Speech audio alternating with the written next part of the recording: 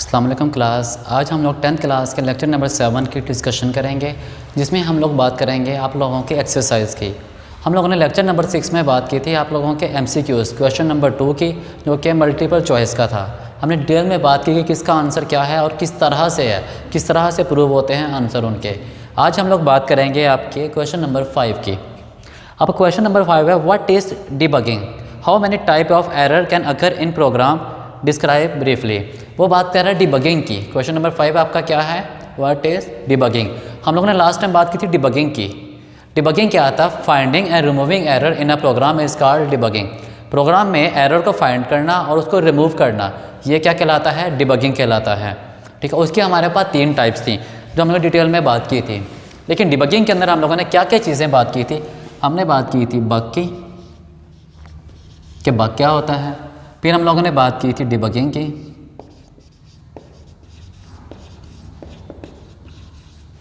फिर हम लोगों ने बात की थी टाइप्स ऑफ एरर।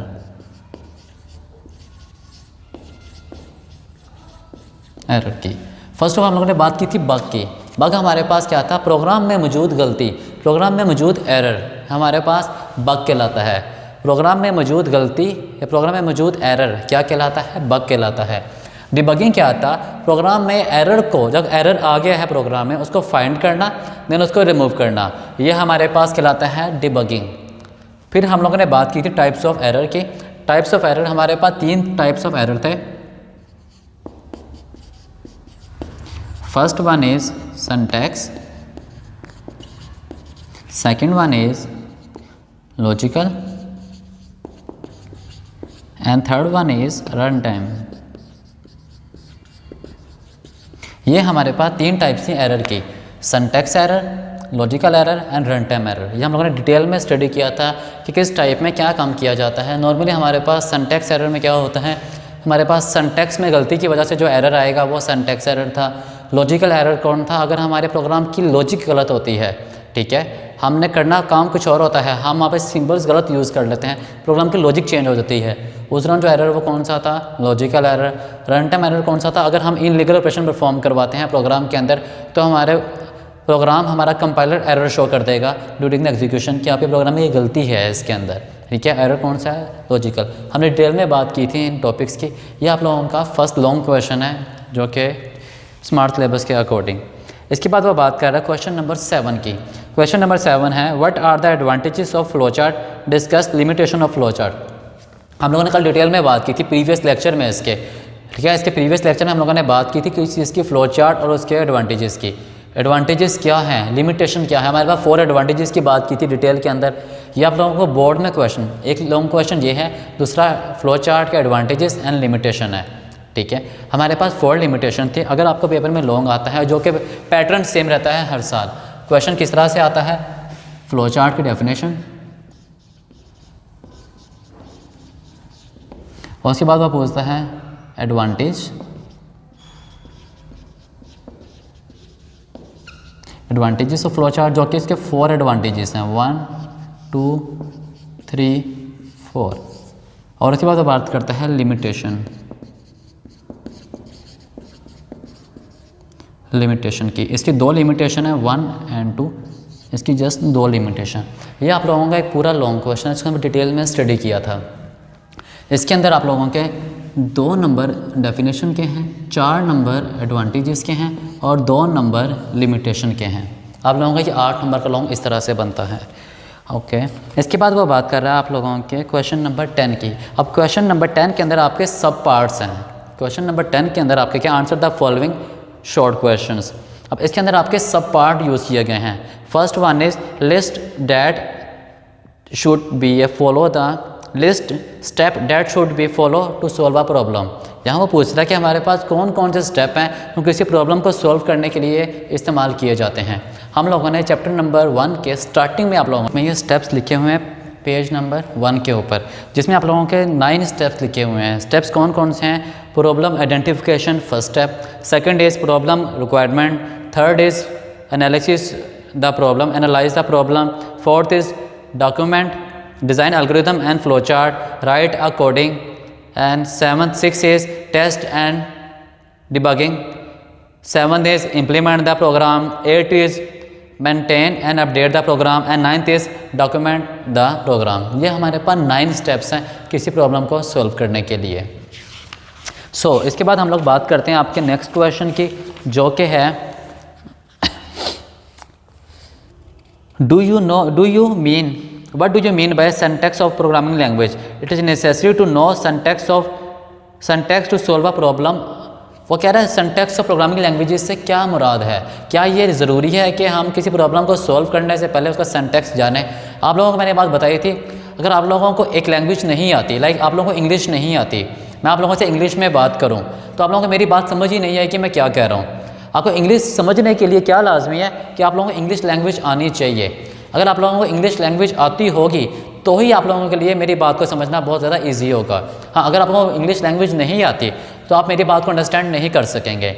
इसी तरह प्रोग्रामिंग लैंग्वेज है, प्रोग्रामिंग लैंग्वेज को समझने के लिए क्या लाजमी होता है कि हमें वो लैंग्वेज आनी चाहिए, उसको लिखने का तरीका आना चाहिए। सिंटैक्स प्रोग्रामिंग लैंग्वेज क्या था? ग्रामर के रूल्स थे हमारे पास, ठीक है, ग्रामर के रूल्स जिनको फॉलो करते हैं किसी प्रॉब्लम को सॉल्व करने के लिए, ठीक है। सिंटैक्स प्रोग्रामिंग लैंग्वेज क्या था? ग्रामर के रूल्स थे जो कि हम यूज़ करते हैं किसी प्रॉब्लम को सॉल्व करने के लिए। ये हमारे पास सिंटैक्स प्रोग्रामिंग लैंग्वेज थे। अब कोड लिखने के लिए, प्रोग्राम लिखने के लिए आपको बेसिक सिंटैक्स आते होंगे तो आप डिटेल में उसको लिख सकेंगे। आपको बेसिक सिंटैक्स ही नहीं आता कि लिखने का तरीका क्या है, आप उसको नहीं लिख सकेंगे। तो ये लाजमी है कि हमें उसका सिंटैक्स आना चाहिए। क्वेश्चन नंबर 5 है 10 का 5th part, differentiate run time error and logical error. हम लोगों ने ये बात की थी रन टाइम एरर की। रन टाइम एरर कब आते हैं? जब हम लोग कोई इलीगल ऑपरेशन परफॉर्म करवाते हैं, ठीक है, प्रोग्राम के अंदर इलीगल ऑपरेशन परफॉर्म करवाते हैं, लाइक डिवाइडेड बाय 0, किसी नंबर को 0 से डिवाइड करते हैं, उस दौरान जो एरर आएगा वो कौन सा होगा? Run time error. जबकि लॉजिकल एरर कौन से होते हैं? वो कब आते हैं? जब हमारे प्रोग्राम की लॉजिक गलत होती है, सेंस गलत होती है, ठीक है। फर्स्ट डिफरेंस इस प्रोग्राम की लॉजिक गलत हो तो जो एरर आएगा वो कौन सा है? Logical error. अगर इलीगल ऑपरेशन परफॉर्म करवाए जाए तो वो एरर कौन सा होगा? Run time error. Second is, आप लोगों को बात कर रहा है हमारे पास जब प्रोग्राम हम कंपाइल करते हैं, चलाते हैं, तो हमारे पास जो रन टाइम एरर है, हमारा कंपाइलर बताता है आपका एरर आ गया है, यहाँ पर गलती की है। ये एरर हमारा कंपाइलर खुद से बताएगा कि आपने गलती की है। जबकि लॉजिकल एरर में हमारा कंपाइलर एरर शो नहीं करता, प्रोग्राम चल जाता है और हमें आउटपुट भी देता है, लेकिन आउटपुट हमारी क्या आती है? गलत आती है। ये हमने डिटेल में बात की थी इस चीज़ की, हमारे पास डिज़ायर आउटपुट नहीं आती। ये एरर कौन सा होता है? Logical error. फिर वो बात कर रहा है it is necessary of an algorithm to solve a problem in finite number of steps, if yes then why. Question number 7 है, क्वेश्चन नंबर 10 का 7 पार्ट। वो कह रहा है कि अगर आप लोगों ने किसी एल्गोरिथम की जो स्टेप्स हैं अगर वो फाइनाइट हैं, ये लाजमी है कि स्टेप फाइनाइट होने चाहिए, महदूद स्टेप होने चाहिए। अगर येस है, अगर ऐसा है तो क्यों है? आप लोग ये बात जानते हैं, अगर आप एल्गोरिथम लिख रहे हैं, अगर आप लोगों के स्टेप इनफाइनाइट हैं, आपको पता ही नहीं कि एल्गोरिथम कहाँ जाके ख़त्म होगा, तो आप प्रोग्राम का एल्गोरिथम किस तरह से लिख सकेंगे? आपको इसका एंडिंग पता ही नहीं है कि एंडिंग पॉइंट क्या है आपके एल्गोरिथम का। ये लाजमी होता है कि हमें चीज़ पता हो कि एल्गोरिथम का एंडिंग पॉइंट क्या है। हमारे पास एल्गोरिथम में 2 चीज़ें इंपॉर्टेंट है, स्टार्टिंग और एंडिंग, कि स्टार्ट कहाँ से हो रहा है, एंड कहाँ पर हो रहा है। अगर हमारे पास एंडिंग पॉइंट ही एल्गोरिथम का नहीं होता तो हमारा एल्गोरिथम कभी ख़त्म ही नहीं हो पाएगा, वो चलता रहेगा एल्गोरिथम, उसका एंडिंग पॉइंट ही नहीं है, तो हमारे पास जो आंसर है वो इनफाइनाइट आंसर आएगा। तो ये लाजमी है कि हमारे पास एल्गोरिथम फाइनाइट होना चाहिए।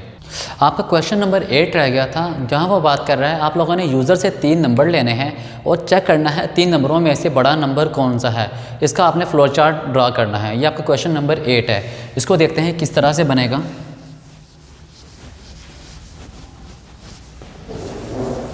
यहाँ वो बात कर रहा है आप लोगों ने यूज़र से 3 नंबर लेने हैं और चेक करना है उन 3 नंबरों में से बड़ा नंबर कौन सा है। तो हम लोगों ने बात की थी जब कभी फ्लो चार्ट बनाया जाता है तो फ्लो चार्ट में सबसे इंपॉर्टेंट चीज़ हमारी स्टार्टिंग है। कौन सा सिंबल इस्तेमाल करते हैं? Oval symbol. यहाँ पर क्या आ जाएगा? स्टार्ट। यहाँ से हमारा फ्लो चार्ट स्टार्ट होता है, फ्लो चार्ट का आगाज़ होता है। सेकंड वो कह रहा है यूज़र से हम लोगों ने 3 नंबर लेने हैं। कितने नंबर लेने हैं? 3 नंबर। तो इनपुट लेने हैं तो हम क्या इस्तेमाल करेंगे? हम इनपुट का सिंबल इस्तेमाल करेंगे। यहाँ लिखेंगे क्या?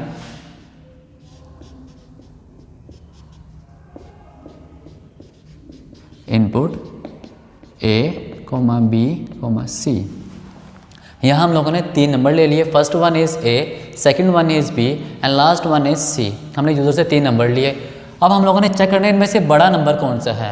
अगर आप नोट करें यहाँ पर हमारे पास कंपैरिजन किया जा रहा है 3 नंबरों में, 3 में से बड़ा कौन सा है। कंडीशन लग रही है, या ए बड़ा होगा या बी या सी। तो हम लोग यहाँ पे प्रोसेसिंग नहीं करेंगे, डायमंड सिंबल इस्तेमाल करेंगे, फैसला साजी के लिए इस्तेमाल की जाती है। जो यहाँ हम डिसीजन लेंगे, डिसीजन हमारा क्या है, first one is if A greater then B. अगर ए बड़ा होता है किससे, बी से, तो बड़ा नंबर कौन सा है, ए है। कंडीशन अगर ट्रू होती है तो इनमें से बड़ा नंबर कौन सा है, यहाँ पर ए है। वो कह रहा है if A greater then B, अगर ए बड़ा होता है किससे, बी से, तो हम लोगों ने ये नहीं कहना कि ए बड़ा नंबर है, हमने 3 नंबर लिए हैं, हम तीनों में से चेक करेंगे। अब ए बड़ा हो गया बी से, अब ए को चेक किया जाएगा सी के साथ भी। अब बारी ए की सी के साथ है, ए बी से तो बड़ा है, अब सी से चेक करेंगे क्या ए सी से बड़ा है। यहाँ पर चेक किया जाएगा इफ़ ए ग्रेटर देन सी है। यहाँ वो कह रहा है अगर ए बड़ा है किससे, बी से, अगर ए किससे बड़ा होता है, बी से, और ए बड़ा होता है सी से, तो इसका मतलब क्या है, ए बी से भी बड़ा है और ए सी से भी बड़ा है, दोनों कंडीशन ट्रू होती हैं। उस सूरत में करेगा क्या, यहाँ डिस्प्ले कर देगा, आउटपुट दे देगा ए इज़ लार्जेस्ट, ए सबसे बड़ा नंबर है, A is greatest number, A is largest number. कब, अगर ए बड़ा होता है बी से और ए बड़ा होता है सी से, तो दोनों नंबर में से ए बड़ा होता है, उस सूरत में बड़ा नंबर कौन सा है, ए है। अब यहाँ पर मैं बात करता हूँ, अगर मेरे पास यहाँ पर ए नंबर बड़ा नहीं है, यहाँ मेरे पास बी बड़ा है, तो कंडीशन मेरी गलत, तो उस सूरत में हम लोग इधर आ जाएंगे, कंडीशन फॉल्स होने की शक्ल में। तो हम दोबारा कंडीशन चेक करेंगे यहाँ पर, किसके लिए, अब बी के लिए। कंडीशन दोबारा क्यों चेक की जा रही है, अगर आप नोट करें, हम लोगों ने फर्स्ट ऑफ ऑल चेक किया ए को, हमने फर्स्ट ऑफ ऑल किसको चेक किया है, ए को। ए बड़ा नहीं है, इसका मतलब यहाँ से बड़ा नंबर कौन सा हुआ है, यहाँ पर बी जा रहा है, यहाँ पर ए जा रहा था। अगर ए बड़ा नहीं है तो बड़ा कौन सा हुआ इनमें से, बी। जाहिर सी बात है, अगर ए बड़ा नहीं है, या ए बड़ा होगा या बी। अगर ए नहीं है तो बड़ा नंबर कौन सा है हमारे पास, बी है। बी बड़ा नंबर है तो राइट साइड पे आ गया, और सॉरी लेफ्ट साइड पर आ गया, लेफ्ट साइड पर आया। यहाँ पर हमारे पास बड़ा नंबर कौन सा आया है, बी। उसी तरह हम लोग बी को चेक करेंगे, अब बी ग्रेटर होना चाहिए किससे, सी से भी। अब बी को बड़ा होने के लिए, दोनों से बड़ा होने के लिए, ठीक है, या बी को ग्रेटेस्ट नंबर होने के लिए बी ए से भी बड़ा होना चाहिए और बी सी से भी बड़ा होना चाहिए। ये चेक करेगा यहाँ पर इफ़ के ज़रिए, क्या इफ़ बी बड़ा होता है किससे, सी से भी। अगर बी ए से भी बड़ा है, बी सी से भी बड़ा है, तो बड़ा नंबर कौन सा हुआ, वो डिस्प्ले कर देंगे यहाँ पर, क्या,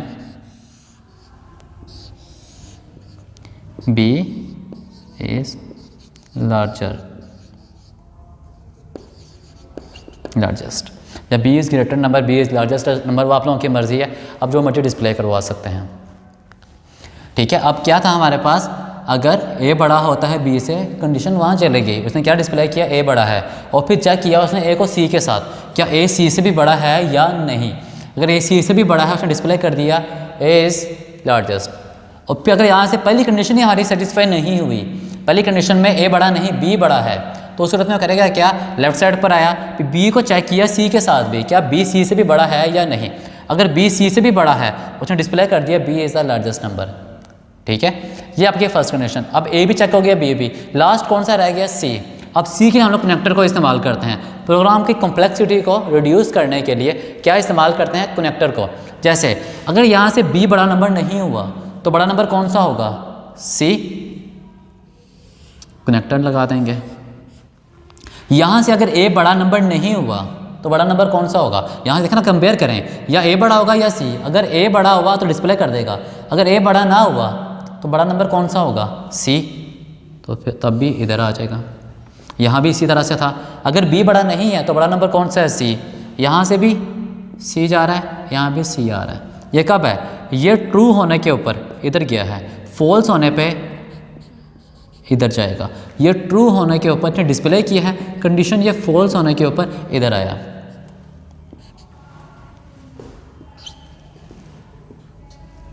आप लोगों के लिए एरो निशान लाजमी है, अगर एरो लगाने हैं ताकि डायरेक्शन पता चलती रहे आपके फ्लो चार्ट के डायरेक्शन क्या है। ठीक है। ये डायरेक्शन बताना लाजमी है। अब हमारे पास यहाँ से ये कंडीशन फॉल्स होने के ऊपर किधर जा रहा है, कंडीशन फॉल्स होने पर इसने इधर जाना है।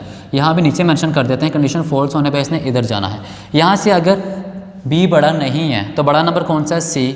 यहाँ से भी अगर a बड़ा नहीं है तो बड़ा कौन सा है, c। दोनों सूरतों में अगर वहाँ से a बड़ा नहीं होता, यहाँ से b बड़ा नहीं होता, दोनों कंडीशन में से कोई एक कंडीशन में ट्रू होती है, उस सूरत में यहाँ पर आ जाएगा कनेक्टर है, यहाँ वो जस्ट डिस्प्ले कर देगा क्या, c is larger, c largest है, या a बड़ा लार्जेस्ट होगा या b लार्जेस्ट। अगर दोनों ही नहीं है एट द एंड हमारे पास c तो लार्जेस्ट रह जाएगा, ठीक है। और यहाँ से अगर b नहीं है तो c होगा, क्योंकि यहाँ पे अगर a बड़ा नहीं है, बड़ा कौन सा है, b, इधर आ गया। यहाँ के चेक किया गया क्या कि b बड़ा है कि नहीं, उसको भी चेक किया, आंसर इज c। अगर b बड़ा नहीं होता, लेट्स से मेरे पास 3 नंबर हैं, फर्स्ट कंडीशन मेरे पास a b c, इसको टेस्ट करते हैं सिंपल डाटा के साथ। लेट्स से मैं कहता हूँ a की वैल्यू 10, b की वैल्यू 20, c की वैल्यू 5, मेरे पास ये 3 वैल्यूज़ हैं। अब चेक करते हैं, फर्स्ट 3 नंबर लिए हमने a b c, उनकी वैल्यू 10, 20 एंड 5 थी। अब इफ़ क्या a बड़ा है b से, आप a की वैल्यू पुट करें यहाँ पर, वो क्या है 10, b की वैल्यू क्या है 20, a बड़ा नहीं है b से, कंडीशन मेरी क्या हो गई गलत, तो इधर आ जाएगा, ठीक है। यहाँ पर चेक कर रहा है क्या b मेरे पास क्या है 20, क्या 20 बड़ा है 5 से, 20 बड़ा है 5 से, कंडीशन ट्रू है, क्या डिस्प्ले कर दिया उसने, b is the largest number. अब कंडीशन चेंज करते हैं, लेट्स सी a मेरे पास 10 नहीं, a मेरे पास यहाँ पर 30 है। अब चेक करते हैं क्या a बड़ा है b से, मतलब a की वैल्यू क्या है 30 is greater than 20, yes, condition true है। यहाँ पर चेक किया a की value 30 is greater than 5, yes 30 is greater than 5, then display a is largest number. अब लेट्स सी मेरे पास यहाँ पर 50 है, c मेरे पास 50 है, क्या a बड़ा है b से, a बड़ा है b से, यस a बड़ा है b से, इधर आ गया। यहाँ पर चेक करेगा क्या a की वैल्यू क्या है 30 is greater than 50, condition false, condition false होने की सूरत में कहाँ पर आए, कनेक्टर के पास, कनेक्टर ने क्या डिस्प्ले कर दिया, c is largest number, a largest नहीं, लार्जेस्ट कौन सा है, c लार्जेस्ट है, ठीक है। और इसी तरह एंड पर हमारे पास सिंबल आएगा कौन सा है, फ्लो चार्ट के एंड का, उस सूरत में ये भी इधर एंड होगा, ये वाला फ्लो चार्ट भी इधर एंड होगा, और ये फ्लो चार्ट भी इधर आके एंड होगा, ये तीनों फ्लो चार्ट इधर एंड हो जाएंगे। मैंने आपको बात बताई थी स्टार्टिंग और एंडिंग लाजमी होती है हमारे पास, अगर फ्लो चार्ट शुरू होता है तो एंड भी होगा। स्टार्टिंग और एंडिंग सिंबल को क्या कहते हैं हम लोग, टर्मिनल्स कहते हैं, जो फ्लो चार्ट के आगाज़ और इख्तिताम को जाहिर करते हैं। ये आप लोगों का क्वेश्चन नंबर 8 था कि 3 नंबरों में से बड़ा नंबर फाइंड करने का फ्लो चार्ट ड्रा करें। ये आप लोगों का फ्लो चार्ट है जिसको हमने टेस्ट भी किया, ठीक है। हमने टेस्ट किया सिंपल डाटा देकर, हमने फ्लो चार्ट गाइडलाइन पढ़ी थी ना, उसकी लास्ट गाइडलाइन क्या थी, आप सिंपल डाटा देकर टेस्ट करते हैं। हमने सिंपल 3 वैल्यूज़ ली और टेस्ट किया इसको, क्या हमारा आंसर डिज़ायर आ रहा है कि नहीं, आंसर एक्यूरेट आ रहा है क्या नहीं, ये हमारे पास टेस्टिंग थी इस चीज़ की। यहाँ तक हमारे पास टेस्टिंग ख़त्म हो गई, इसकी टेस्ट किया हमने फ्लो चार्ट को। यहाँ आप लोगों का चैप्टर नंबर 1 कंप्लीट होता है, ठीक है। ये आप लोगों का चैप्टर नंबर 1 कंप्लीट हो गया है इंक्लूडिंग एक्सरसाइज, ठीक है। हम लोगों ने चैप्टर नंबर 1 में क्या क्या बात है कि हमने एरर्स वगैरह की बात की, प्रॉब्लम सॉल्विंग की बात की, किस तरह सॉल्व करते हैं प्रॉब्लम को, उसके हमारे पास स्टेप्स थे, डिफरेंट स्टेप्स में कुछ स्टेप्स की बात की जिसमें हमारे पास डेस्क चेकिंग वगैरह आया, एल्गोरिथम को चेक वगैरह करने के लिए फ्लो चार्ट आया, हमने फ्लो चार्ट देखे हैं उसके अंदर। फिर हमारे पास हमने बात की एल्गोरिथम की वर्किंग किस तरह से होती है, एल्गोरिथम हमारे पास क्या तरीके हैं एल्गोरिथम लिखने के, उस पर हम लोगों ने फ्लो चार्ट को देखा, फ्लो चार्ट के सिंबल्स कौन कौन से यूज़ करते हैं, हमने डिफरेंट सिंबल्स की बात की, एग्जांपल्स देखी, फ्लो चार्ट के एडवांटेजेस की बात की, लिमिटेशंस की बात की, गाइडलाइन की बात की, हमने डिटेल में हर चीज़ को पढ़ा। एट द एंड हम लोगों ने एक्सरसाइज को सॉल्व किया। ये आप लोगों की कंप्लीट एक्सरसाइज है यहाँ तक आप लोगों की, ठीक है। आपका क्वेश्चन नंबर 8 रिमेनिंग था, वो स्किप हो गया था, वो मैंने आपको एंड पे कवर करवा दिया है, ठीक है। ये क्वेश्चन क्या था, 3 नंबरों में से ग्रेटेस्ट नंबर फाइंड करने का फ्लो चार्ट। यहाँ तक आप लोगों का चैप्टर नंबर 1 कंप्लीट है। बाकी इंशाल्लाह लेक्चर नंबर 8 के साथ हम लोग चैप्टर नंबर 2 स्टार्ट करेंगे, जो कि इंशाल्लाह आपका नेक्स्ट लेक्चर में होगा। तब तक के लिए इजाज़त दीजिए, अल्लाह हाफिज़।